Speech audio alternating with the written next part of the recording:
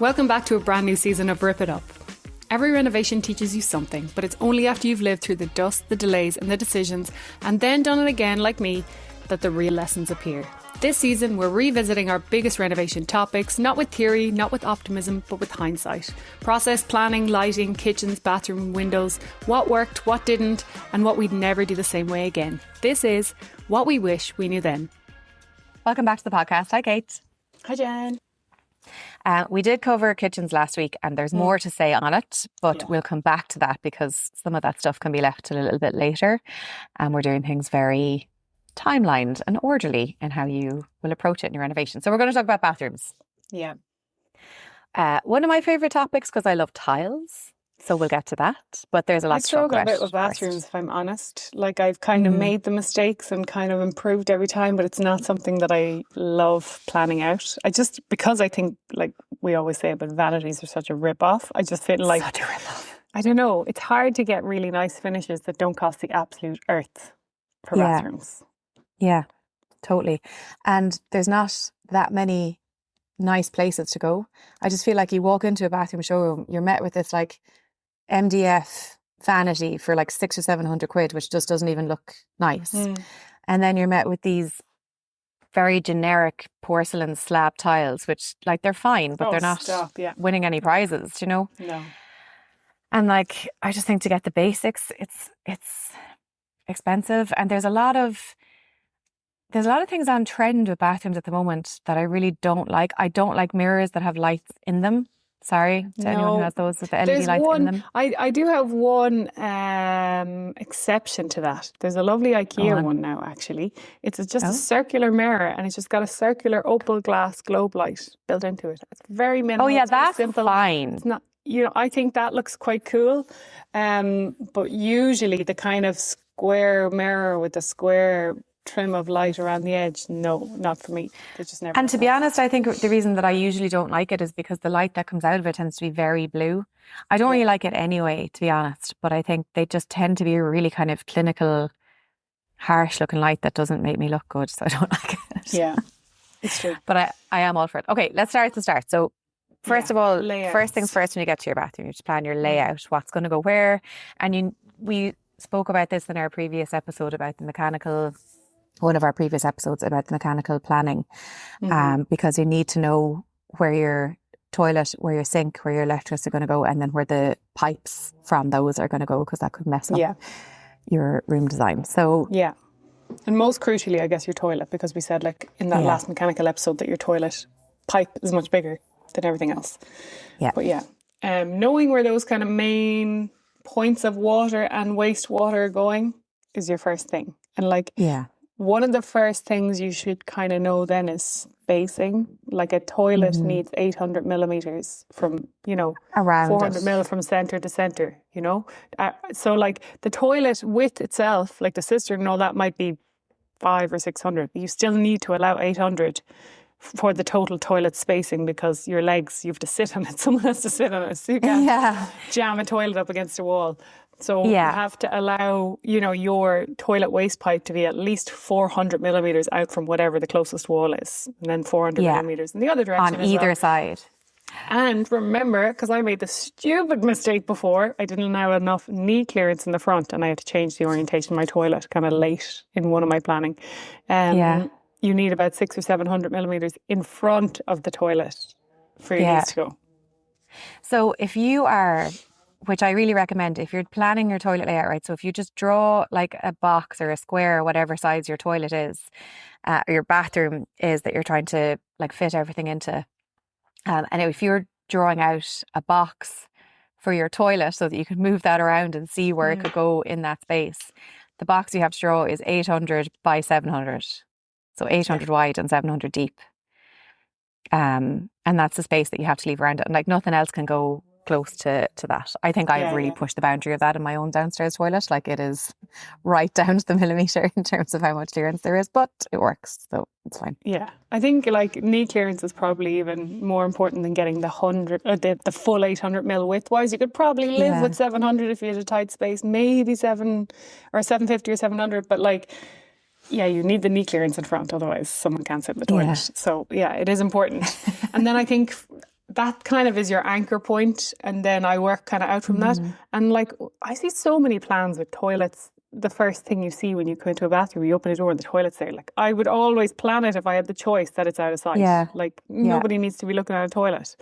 So like I don't know, if you have the flexibility at the start, I'd put the toilet out of sight, behind the door, into the corner, something. So like the first thing you kind of see when you come in is your maybe nice vanity, or maybe a nice shower area if your shower area looks really nice.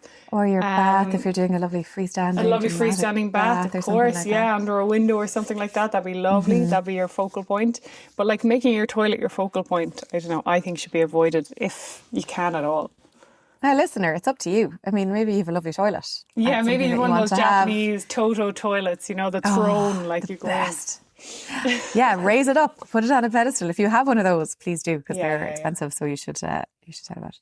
Okay, so that's your toilet. Next thing that I would put in, it depends on what bathroom you're doing. So if you're just doing your downstairs loo, the only other thing you need to think about is your basin, your sink basin. If it's going to be, your main bathroom or a shower room, then you need to think about your shower and your bath, obviously. Yeah. But your basin, first of all, they can be really small. If it's a downstairs bathroom, you can go really, really tiny with these. Like they don't need to take up that much space. You don't really need a vanity even. You could just have exposed pipes and a basin sink. Yeah. And just make I think sure anything nice under pipes. 500 ml, go with just a floating sink and the bottle trap and maybe a shelf underneath, because I think vanities below that kind of 550, 500 ml look a bit bitty. Yeah. And they look like crappy bits of furniture, and small furniture sometimes actually makes a space feel smaller. And I would probably put in the biggest vanity I can fit comfortably. So like try and flush it out with the wall so it doesn't step in or out. And if it's in a kind of, if it's in the width of a small downstairs toilet, go wall to wall. Like why leave a little gap either side? So I think it actually makes the room feel bigger when you fit, wider, longer units that fit into the space well, and they feel more custom then. And sometimes I think if it's a teeny tiny bathroom, get it up off the floor, whether it's on legs or it's a wall mounted drawer vanity or something like that. Yeah, agreed. Totally agree. And you can get those kind of just free, they look like freestanding little kind of basin holders almost. They're not like enclosed vanities, but they might have a little towel holder on it or something like that just has everything you need. And that's it. So I think that's if you love like those really free nice. or those wall mounted basins, like the stone ones and stuff like that. A lot of people are going for those now, or the coloured concrete ones and stuff like that. That's what I have. A great place actually for that kind of stuff. Yeah, I got mine on Etsy. I have a concrete basin that I got on Etsy from a guy who makes things called Roberto Tiranti. I'll put him into the show notes. He was fantastic. I'd really recommend him. Yeah. Or even if you look him up and see that kind of style, I'm sure you'll get other suggestions of others as well that you can browse around. But he has lovely stuff. And then there's beautiful but really expensive ones from the London Basin Company. Have you seen those? They're these gorgeous, like decorated basin sinks, and they're so beautiful. But they're really expensive. But you can get lots of that type of style on Etsy. But I think, if you have a tiny one, have a tiny, spectacular stone basin or coloured concrete rather than a tiny, bitty vanity that won't look that impressive. Yeah, that's what I'm thinking. And the other thing as well then is if you're not doing the enclosed vanity, that you're going to see the pipework coming out from that sink. Yeah, so you have to get your bottle trap. You have to get your bottle trap, and you probably want to make it look good. So that might mean investing, like upgrading from what might just be plastic pipes that are hidden away from behind a vanity into something sturdier and better looking. That probably matches your tap as well, right? So if you have like a black tap, it has to be a black bottle trap or a chrome tap or whatever, that they all match. And I think crucially in your sink, it's nice if your click-clack waste, your like whole thing, if they all kind of match, it's nice. Oh yeah. Or if you have a white basin, I love just a matte white waste, so then it's almost invisible. But try to keep those kind of cohesive or matched up basins, I think. Yeah. And they are things worth investing in, because the cheap ones, they chip and they wear away, and a few years later you're just going to have to replace them anyway. Now you can buy temporary ones now and invest later if you need to save up in the meantime, but just be aware that you are paying for quality. You're paying for longevity with those fixtures. I agree. Yeah. I think once you get into hardware and brassware in bathrooms, it's like looking at jewelry. Like it's kind of, you go down a bit of a rabbit hole. It's a little bit like lighting as well, right? What you don't know, you're like, oh, it's just a tap. But then when you actually start looking at the really nice brands like Samuel Heath and maybe, you know, Lefroy Brooks or a lesser extent, maybe Burlington mid-range or something, then you're like, oh, these actually do look really nice. And then you start comparing them and then you start upgrading to the next levels and stuff. But if it's not something you're into, it's not something you're into, so don't pay for it. But if it is... Yeah, especially if it's going to be hidden, don't bother. Like just you just need something sturdy that's going to not have to be fixed and that's it. What are your thoughts on the tap itself being wall mounted versus just coming up from... I have wall mounted because I think it's just a bit less mess to kind of tidy around. But I will say wall mounted taps, you have to mount them at the right height relative to if you have just a standard undermount basin or you have a countertop basin. So like, you know, decide off your vanity height and then your countertop basin will probably come up another 150 or 200 millimeters. And then you need your tap wall mounted another 100 or 150 mil above that. So you have clearance. So like usually for a wall mounted tap, you're talking about like 1050 off the floor, 1050 millimeters off the floor. But like I like that if it's done well and it's positioned well, it's clean and the walls are clean around the taps. You know, the last thing you want is these lovely taps coming out of a wall and they're finished poorly around it. Whether that's bad cuts in a tile or bad plastering up to it so the paint finish isn't nice, or big caulk lines or silicone lines when you wanted a clean little look of wall tap. So it's all about the finishing, I think. But I do love a wall tap if it's done well. Yeah, I have it in both my bathrooms because I have basin and sinks in both my bathrooms, so the floor mounted wouldn't necessarily work. One thing to be aware of with wall mounted is that you might need to build in front of it. So you might need to have a little facade, like if it, depending on the type of wall, like if it's an internal wall, you can put the pipework for the tap in down through the wall. If it's up against an external wall, you might need to come out a little bit to hide that pipework. So in my downstairs bathroom, there's just paneling that comes out. It's probably about maybe 4 or 5 centimeters from the wall. And what I did there was, instead of just having it in behind the tap, it is fully, it's the full length of the wall. So it kind of becomes a little shelf that runs along the full width of the wall. And I think that looks pretty damn good, if you ask me. Yeah. Like otherwise it is a big job to kind of channel through, like through solid walls and stuff like that. It can be done, but it's a bigger job. It's something you need to plan a bit sooner. But also like channeling walls, I suppose make the decision based on your vanity. And we talked about this in the mechanical plan, like where the pipe's coming from. Are they coming out from the wall? Are they coming out from the floor? Like you need to plan that out. Yeah, exactly. You know, you need to plan out the whole stack of like the wall tap, or if it's just a standard deck mounted tap, or, you know, is your vanity going to hide all that pipe work, or is it going to be exposed? So you need a bottle trap. So you need to kind of think through all these bits. And I always like, anytime I do one-to-ones with people, they're like, I just want the bathroom design. And I'm like, bathrooms are one of the most complicated rooms you'll plan. When you actually look at all the tiny little bits that have to marry up and be spaced right and, you know, decided early, it's one of the most complicated after your kitchen, but they're not far off each other, I think. Like pipes are a nightmare. And also it's the place where things can go wrong. So just like we said this in the mechanical planning episode, but if you just throw a toilet anywhere, like there's too many failure points, especially if the piping is too long or bends have to happen or whatever, and you do not want that going wrong. So you do have to think about it early and plan it out. Okay, so that is basins, vanities. I'm going to say a word about what goes above your vanity, which I should always be a mirror. But I think anyone mounting a mirror over a sink, you need to put in the biggest mirror that you can get. And I will die on this hill. I hate really, really small little mirrors hanging on the wall. It's exactly to your point about the bathroom vanity. It's kind of a counterintuitive thing. You think if you have a small room, you shrink down the things to put in it, but you're totally right. It just serves to make the room feel smaller and weirdly kind of more cramped. And what will really help, no matter how tiny your bathroom is if you put in the biggest possible mirror, and I really mean like wall to wall, you know, almost floor to ceiling or kind of countertop to ceiling. That is really going to help to make that bathroom feel just bigger, more spacious, airier, everything. And then wall lights on either side of that mirror is, to me, absolutely. I'm into wall lights on one side, I must say. One side, it looks nice, but I like having the evenness of lighting when I'm doing my makeup. Yeah. No, but it's kind of like it's up for debate. I think wall light on both sides is definitely more formal and more, obvious where the light where the mirror is and everything is centered and symmetrical. And I find putting wall lights off to one side sometimes it's just it's a bit more of a casual look, I suppose. But like I still think it works, depending on the fitting and the style of fitting. But I think plan out for some sort of wiring there anyway.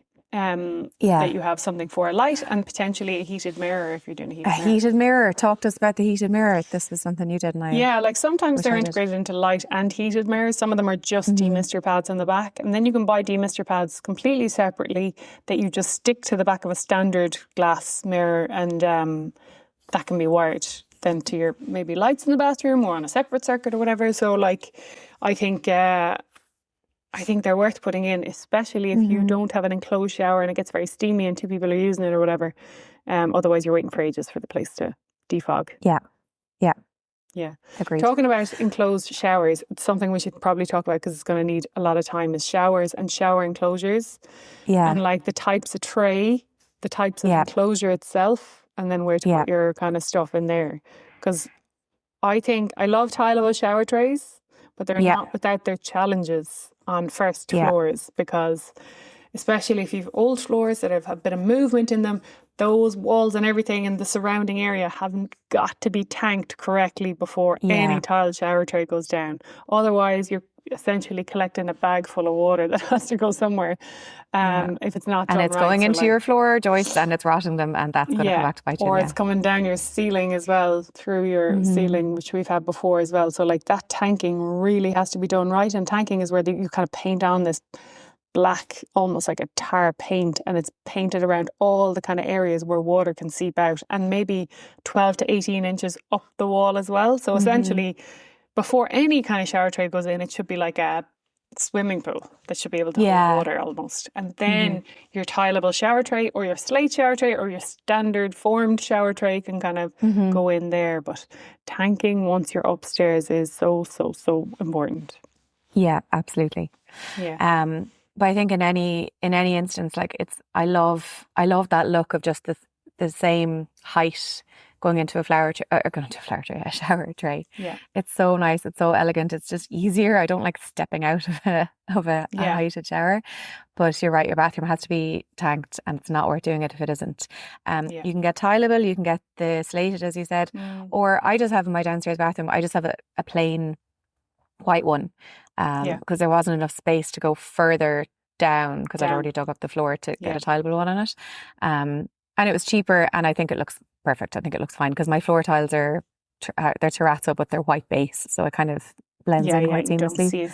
I think the most important thing is your shower tray is close enough to your tile floor colour or your floor tile colour, and then it seems a bit more seamless. We flushed our tileable shower tray in our last place, but that's really challenging when you have joists upstairs, because you have to cut away the joists to a certain level so that everything is sunk in, and so you can get that kind of that level finish between the floor and the shower tray, because obviously under the shower tray you've waste and pipes and whatever, so it needs to be sunken lower before it's tiled in the rest of the floor.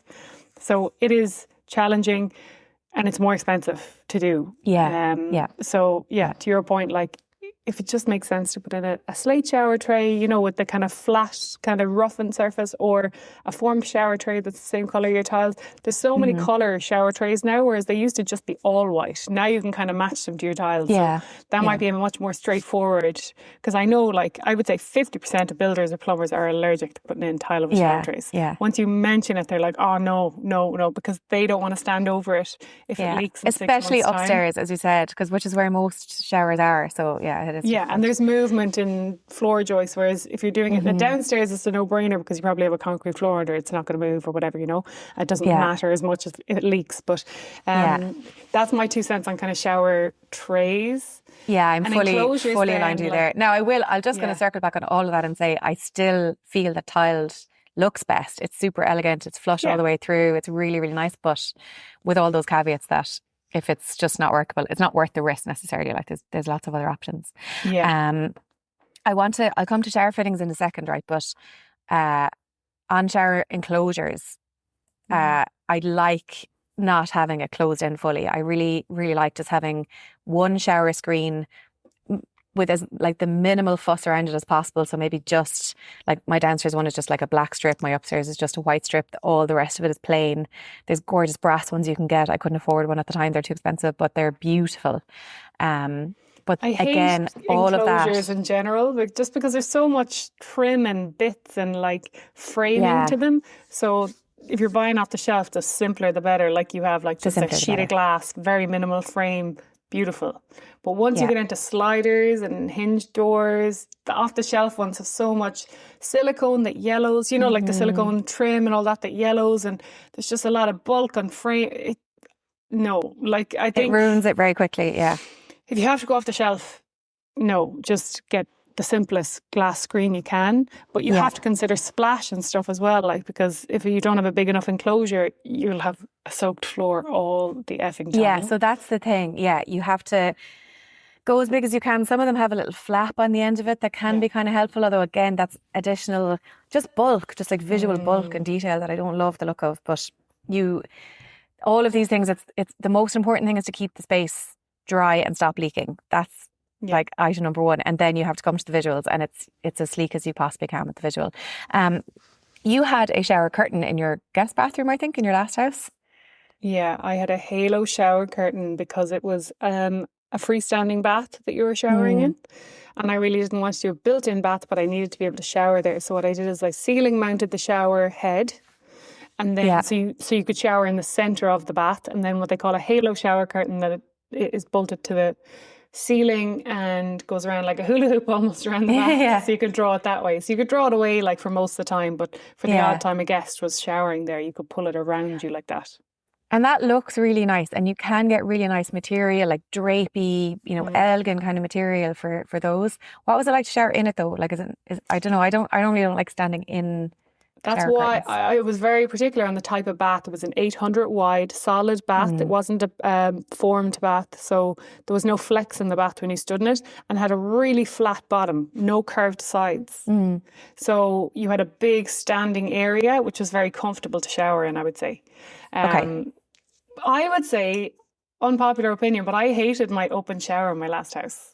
In my What? guest bed, hated it.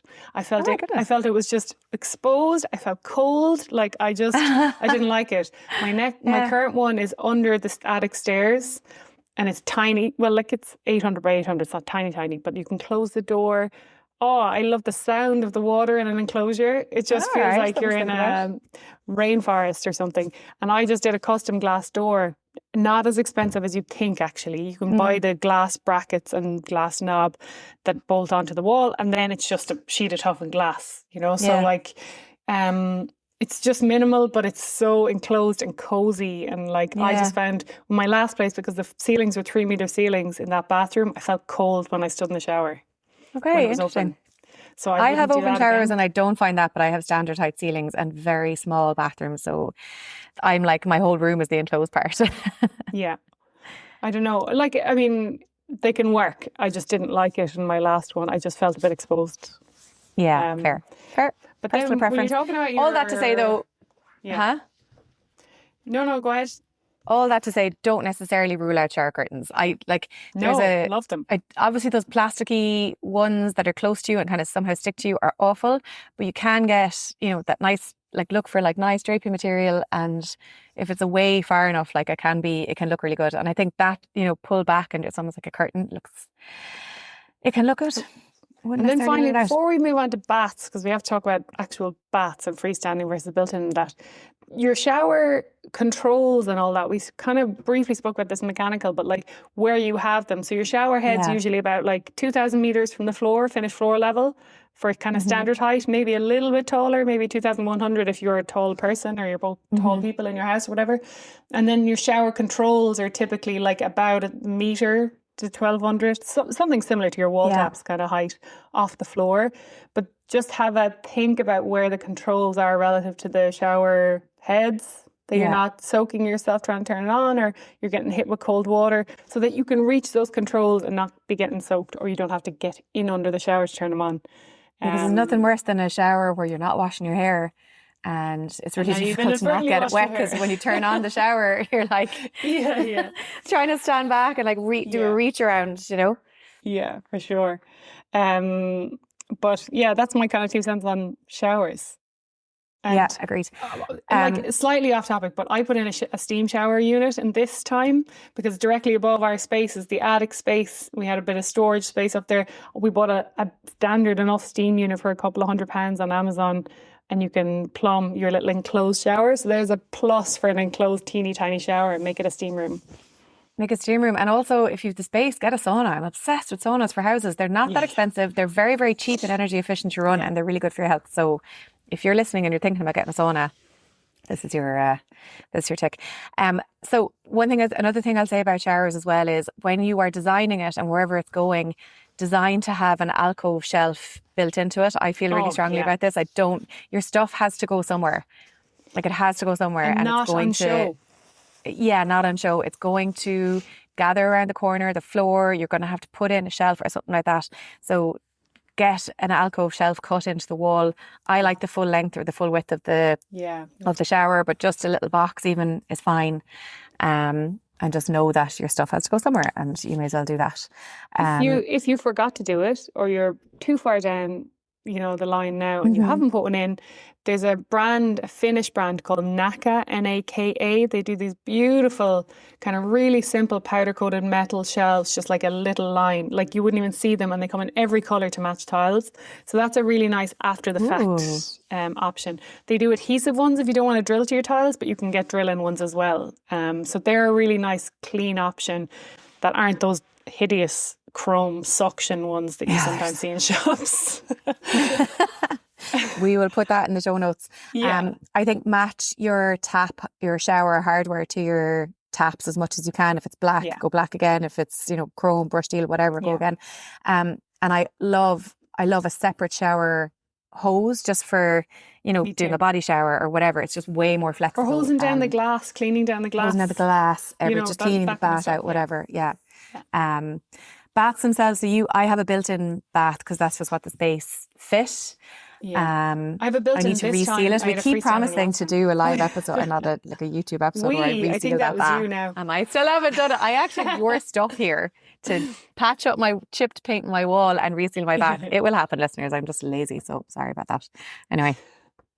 But I have a built-in this time as well because we were building it into an oil. Last time I did the freestanding. I don't know if I'd bother with freestanding again. I know everyone's obsessed with them. I don't know. It just gives awkward spaces to clean around, in my opinion. The cleaning. It's like under your couch, and bathrooms, because they get wet, I suppose, the dust just kind of sticks to places and corners and they do around look the beautiful. feet. I give you that. Like they do look beautiful. But I think like a built-in bath, I use the same stone for my kitchen as the stone top on the bath, and I think that looks really nice as well. Yeah. But like each to their own, I guess. The only thing I would say is if you're showering in a bath, just really consider the material, that it's not flexy and plexy, and you have a good flat, wide standing area so people can shower comfortably, and that the shower head is long enough or positioned well enough that you're not standing up against the edge of a bath. Yeah, you're not like leaning across the sloped bit at the back that you can't wash your hair. Yeah. We didn't even really get to talk about your tiles. I know, I just love. But to be honest, do you know what? That just means we're going to have to do a whole separate tile episode. Yeah, I think so. And like bathrooms are just complicated. They are big topics, but like it's about nailing the layout first, and then we can talk about the prettiness of your tiles and stuff like that. Yeah, we will do that later. Okay. In another episode, maybe. All right, we've loads for the show notes there. I'll stick everything in, and we will see you all next week. Bye. If you found this episode helpful, please hit subscribe, give us a few stars, and best of all, send it to someone else who you think would like it so they can subscribe too. Thank you.